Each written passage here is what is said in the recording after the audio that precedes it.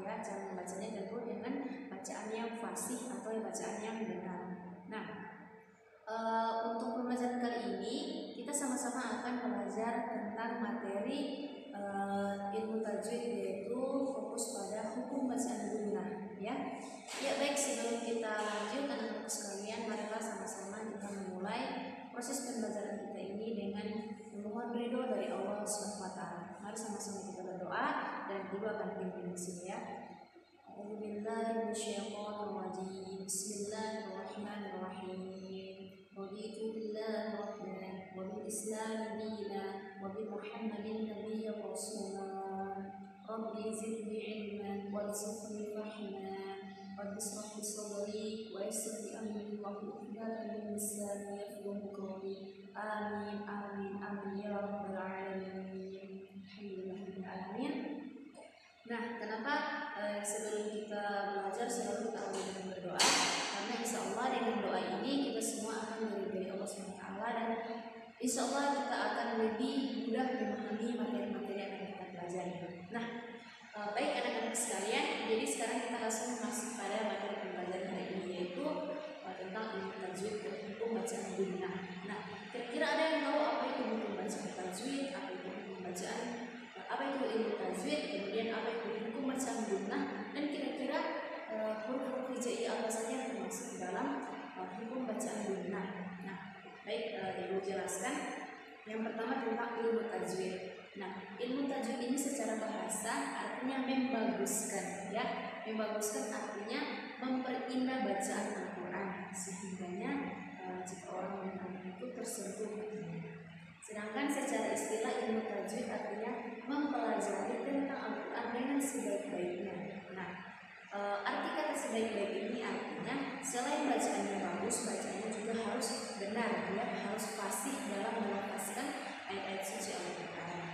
Kemudian hukum bacaan gunnah. Nah, hukum bacaan gunnah ini dari segi bahasa artinya mendengung ya, seperti kata hukum bacaannya itu gunnah ya, mendengung. Nah, sedangkan secara istilah ilmu tajwid, bacaan gunnah itu artinya mendengungkan bacaan. Apabila terdapat huruf nun dan juga huruf mim yang ditasdidkan ya. Sekali lagi, hukum bacaan gunnah ini jika bertemu huruf nun dan huruf mim yang ditasdidkan maka dibaca dengan cara mendengung ya. Kemudian apa saja huruf hijaiyah yang termasuk dalam hukum bacaan gunnah? Nah, dia hanya ada dua seperti yang disebutkan di penjelasan yang tadi ya. Jadi ada huruf nun dan juga huruf mim ya. Insyaallah anak-anak sekalian bisa memahami. Nah, kemudian yang kedua tentang contoh. Nah, jika kita sudah mempelajari teorinya, kita akan lebih mudah memahami kalau kita belajar juga contoh-contohnya ya. Nah, di sini itu ada 3 contoh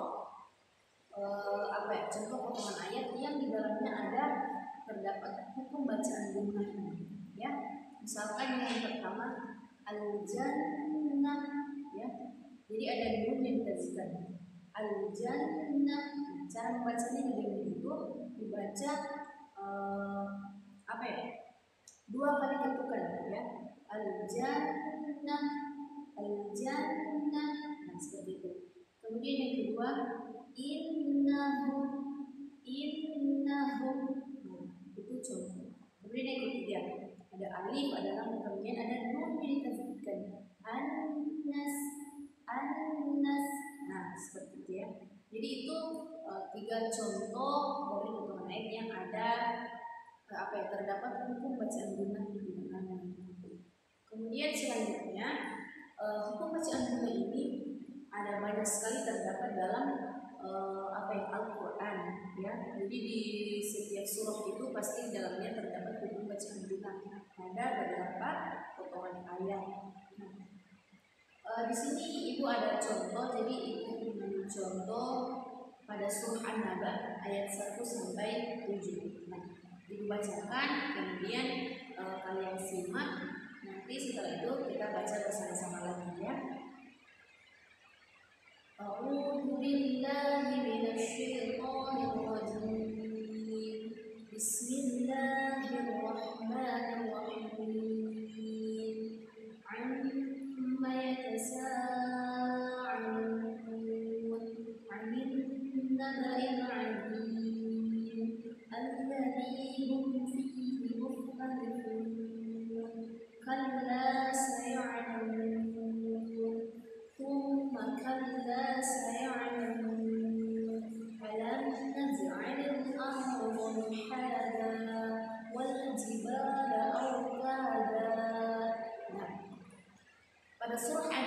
ayat 1 sampai 7 yang sudah Ibu bacakan itu, di situ terdapat hukum bacaan gunah. Kira-kira terdapat pada ayat berapa?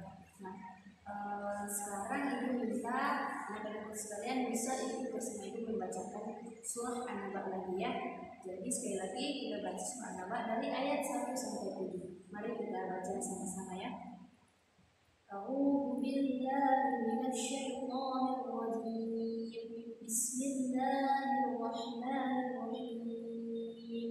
Amma yatasaalun 'anil naba'il 'azim alladzi hum fihi mukhtalifun. Kalla saya'lamun, thumma kalla saya'lamun. Alam naj'alil arda mihada wal jibala awtada.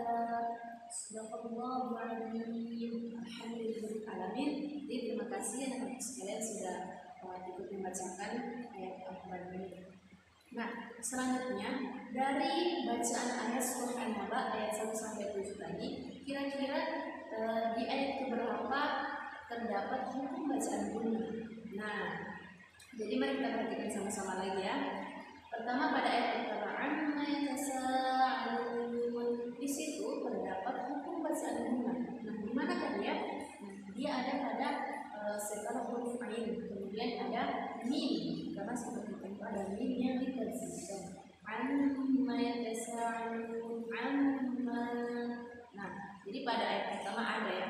Kemudian ayat kedua anin naba'il 'azim, di situ juga ada ya aninna minna. Nah, situ apa ya, menggunakan hukum bacaan gunah ya. Aninna naba'il 'azim. Kemudian yang ketiga alladzi hum fihi mukhtalifun. Yang ketiga itu tidak ada ya. Kemudian yang keempat kalla saya'lamun, juga tidak ada. Perhatikan ayat kelima thumma kalla saya'lamun. Nah, hukum bacaan gunahnya itu terdapat pada huruf fa dan ada mim yang disebutkan thumma. Thumma kalla saya'lamun. Pada semua itu hukum bacaan gunahnya ada. Kemudian yang keenam alam naj'alil arda mihada, sudah ada. Kemudian yang ketujuh wal jibala awtada, juga tidak terdapat hukum bacaan gunah pada ayat ke-7. Pada ayat ke-7 ini kemudian ke-10 juga tidak ada. Nah, itu contoh pada surah An-Naba. Jadi sekali lagi menekankan bahwa hukum bacaan gunah ini ada di semua surah dalam Al-Quran, namun tidak setiap ayat. Jadi setiap surah ada, tapi tidak terdapat pada setiap ayat ya. Kemudian untuk kita ya, karena kita sudah mempelajari tentang hukum bacaan gunah, maka tugas kita itu adalah terus belajar, terus mempermantap bacaan Quran kita biar saat kita membaca itu bisa fasih sesuai dengan ilmu tajwid. Kemudian yang terpenting juga yang disebutkan adalah penekanan pada melafazkan huruf yang harus jelas. Sebab anak-anak sekalian dalam ayat Al-Quran itu yang dikatakan tulisannya bahasa Arab. Nah, dalam bacaannya itu terdapat arti, ada maknanya, ada isi kandungannya. Mengapa demikian kita dianjurkan untuk belajar Al-Quran itu harus jelas, harus fasih? Karena jika kita salah membaca atau melafazkan ayatnya, maka otomatis kita juga tentu salah dalam artinya pun salah dalam bacaan kita.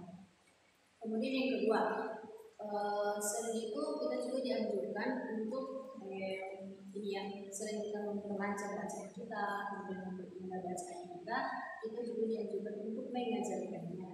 Nah, jadi seperti hari ini karena anak-anak sekalian sudah belajar tentang ilmu tajwid, itu tentang hukum bacaan gunah dan semua bisa lancar. Tugas adik-adik adalah mengajarkan kepada teman-temannya yang belum tahu atau yang sudah tahu tapi belum membaca. Kemudian misalkan ada kakaknya atau ada adiknya di rumah, maka kita yang sudah tahu wajib untuk mengajarkan. Berarti itu termasuk dalam hadis seperti hadis Rasulullah bahwa sebaik-baik dari kalian adalah yang mempelajari Al-Quran dan mengajarkannya. Yang paling penting, yang poin ketiga adalah setelah kita belajar Al-Quran, bagaimana bacaannya, kemudian apa isi kandungannya, yang penting adalah mengamalkannya, ya. Jadi setelah kita tahu bahwa sebuah Al-Quran itu terdapat pesan, di situ ada janji Allah, kemudian juga ada apa ya, pelajaran-pelajaran yang banyak. Semua aspek kehidupan manusia itu terdapat dalam Al-Quran. Kita mau minta pertolongan A, B, semua ada di dalam Al-Quran. Maka tugas kita adalah terus mengamalkan Al-Quran. Nah, yang paling terakhir pesan ibu meminta kepada anak-anak sekalian, yang pertama, tolong walaupun belajarnya belum tetap muka, tetap semangat belajar di rumah, jangan bosan-bosan bertanya kepada teman, kepada orang tua, kepada ibu juga bisa bertanya. Kemudian setiap tugas yang diberikan mohon dikerjakan tepat waktu, ya, karena contoh sebagai apa ya, orang Islam itu kita belajarkan terus apa online dan konsisten waktu. Kemudian yang ketiga, apa ya, selain tugas kita sebagai belajar untuk apa ya, memperkaya ilmu, kita juga diwajibkan untuk terus berbakti kepada orang tua. Olehnya ibu minta kepada anak sekalian jangan lupa untuk selalu membantu orang tua juga di rumah, ya. Sampai di sini pembelajaran kita. Nanti setelah ini ibu akan kirimkan tugas. Jadi tugas anak-anak sekalian adalah apa ya, menuliskan lafaz surah Al-Kautsar, kemudian diberi tanda di ayat berapa yang akan pembacaan dulu, ya. Terima kasih untuk hari ini, tetap semangat sekali lagi, dan mohon maaf jika ibu ada salah-salah kata, ya. Alhamdulillah, mari sama-sama kita tutup pembelajaran kita ini dengan membaca doa dan memberi doa agar kita dipermudah untuk iman. Alhamdulillah. Syukran. Nun wal qalami wa ma yasturun billahi as-sami'il haq as-sami'il hayrat. Assalamualaikum warahmatullahi wabarakatuh.